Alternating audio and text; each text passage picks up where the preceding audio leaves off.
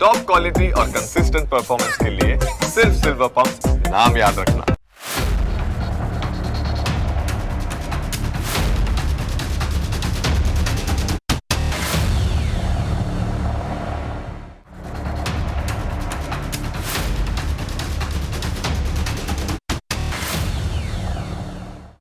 જીએસટીના દરો ઘટી ગયા છે એટલે કે બધી વસ્તુઓના ભાવ પણ ઘટવા જોઈએ, આવું થવું જ જોઈએ.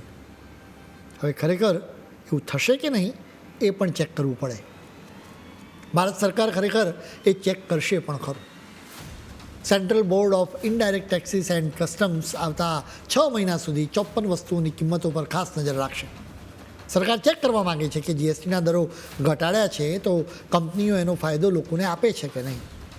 બોર્ડે એના અધિકારીઓને આ 54 વસ્તુઓની મહિનાની કિંમતોનું લિસ્ટ તૈયાર કરવાનો આદેશ પણ આપ્યો છે.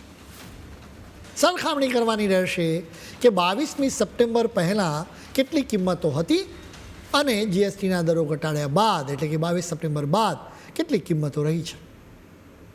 આવો પહેલો રિપોર્ટ 30મી સપ્ટેમ્બર પહેલાં રજૂ કરી દેવામાં આવશે. આ લિસ્ટમાં કઈ કઈ વસ્તુઓ સામેલ છે એ પણ તમારે જાણવું પડે.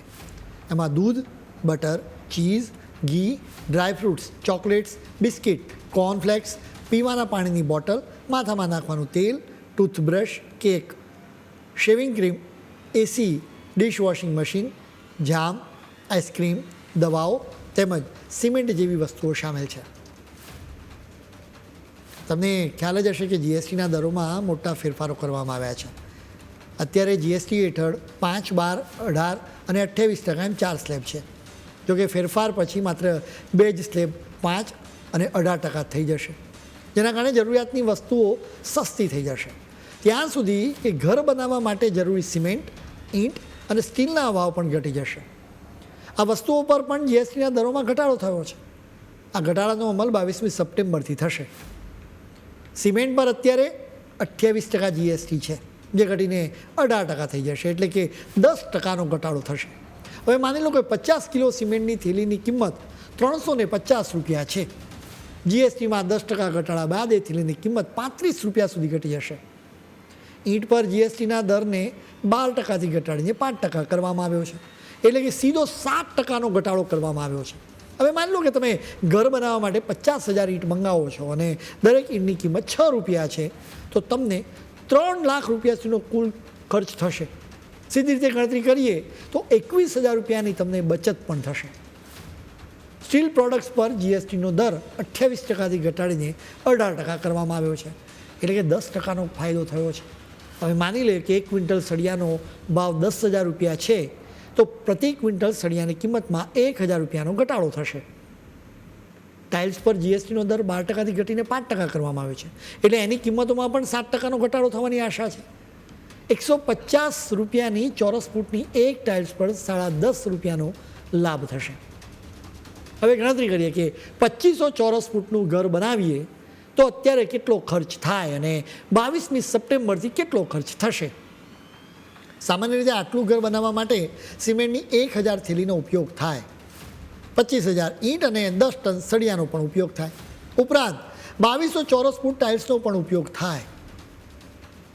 જીએસટીના જૂના દર મુજબ ગણતરી કરવામાં આવે તો સિમેન્ટનો ખર્ચ 4.48 લાખ રૂપિયા થાય, ઈંટનો કુલ ખર્ચ 1.68 લાખ રૂપિયા થાય, સ્ટીલના સળિયાનો ખર્ચ 12.80 લાખ રૂપિયા થાય, ટાઇલ્સનો ખર્ચ લગભગ 3,69,600 રૂપિયા થાય.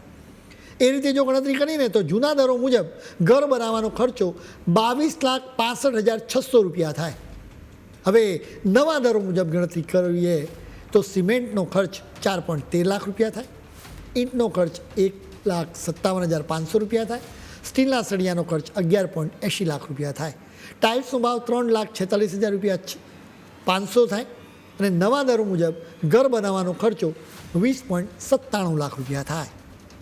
એટલે જીએસટીના દરોમાં ઘટાડાની 1,68,600 રૂપિયાની તમને સીધી બચત થાય. જીએસટીના દરોમાં ઘટાડાથી ખરેખર ઘર બનાવવાનો ખર્ચ ઘટશે. હવે બીજા કેટલા ખર્ચ ઘટશે કે નહીં એ પણ જોવું પડે. કન્ઝ્યુમર ગુડ્સ કંપનીઓએ વેરા અધિકારીઓને એક વાત કહી છે જેની સીધી અસર તમને થઈ શકે છે. વાત એમ છે કે આ કંપનીઓ કહે છે કે 5 રૂપિયાના બિસ્કિટ રૂપિયાનો સાબુ કે 20 રૂપિયાની ટૂથપેસ્ટ જેવી ઓછી કિંમતની વસ્તુઓ પર જીએસટી દરો ઘટ્યા છે. એમ છતાં તેઓ આ વસ્તુઓનો ભાવ ઘટાડી નહીં શકે. આ કંપનીઓનું કારણ આપે છે કે ભારતમાં લોકો આ ફિક્સ્ડ કિંમતોથી ટેવાઈ ગયા છે. એની કિંમતો ઘટાડીશું તો ઓડ નંબર આવશે, જેમ કે 4.30 રૂપિયા કે 9 રૂપિયા જેવા નંબર આવશે, જેનાથી ટ્રાન્ઝેક્શનમાં અગવડ પડશે.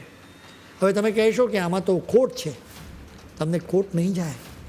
આ કંપનીઓએ સેન્ટ્રલ બોર્ડ ઓફ ઇનડાયરેક્ટ ટેક્સના અધિકારીઓને કહ્યું છે કે તેઓ કિંમતો નહીં ઘટાડે, પરંતુ પેકેજમાં રહેલી ક્વોન્ટિટી વધારી દેશે. એટલે કે અત્યારે 20 રૂપિયાના બિસ્કિટમાં જેટલી ક્વોન્ટિટી આવે છે એ 22મી સપ્ટેમ્બરે વધી જશે, પણ એની કિંમત તો 20 જ રૂપિયા રહેશે. ઘણા બધા લોકોના મનમાં સવાલ થતો હતો કે અમૂલના દૂધના ભાવમાં ઘટાડો થશે કે નહીં. અમૂલ તરફથી આ મામલે ખુલાસો પણ કરવામાં આવ્યો છે કે 22મી સપ્ટેમ્બર પછી પણ અમૂલના દૂધના ભાવમાં કોઈ ફેરફાર થવાનો નથી. એનું કારણ એ છે કે દૂધના પાઉચ પર પહેલાંથી જીએસટી 0% છે, એટલે જ એની કિંમતોમાં ઘટાડો કરવાનું કોઈ જ કારણ નથી. જીએસટીના દરોમાં ઘટાડો ખરેખર ક્રાંતિકારી પગલું છે, જેનાથી દેશમાં ખપત વધશે, જેની સાથે દેશના અર્થતંત્રને બળ મળશે, વળી મોંઘવારીથી પણ રાહત મળશે. એટલે તમારા ખિસ્સા પરનો ભાર હળવો થવાનો છે.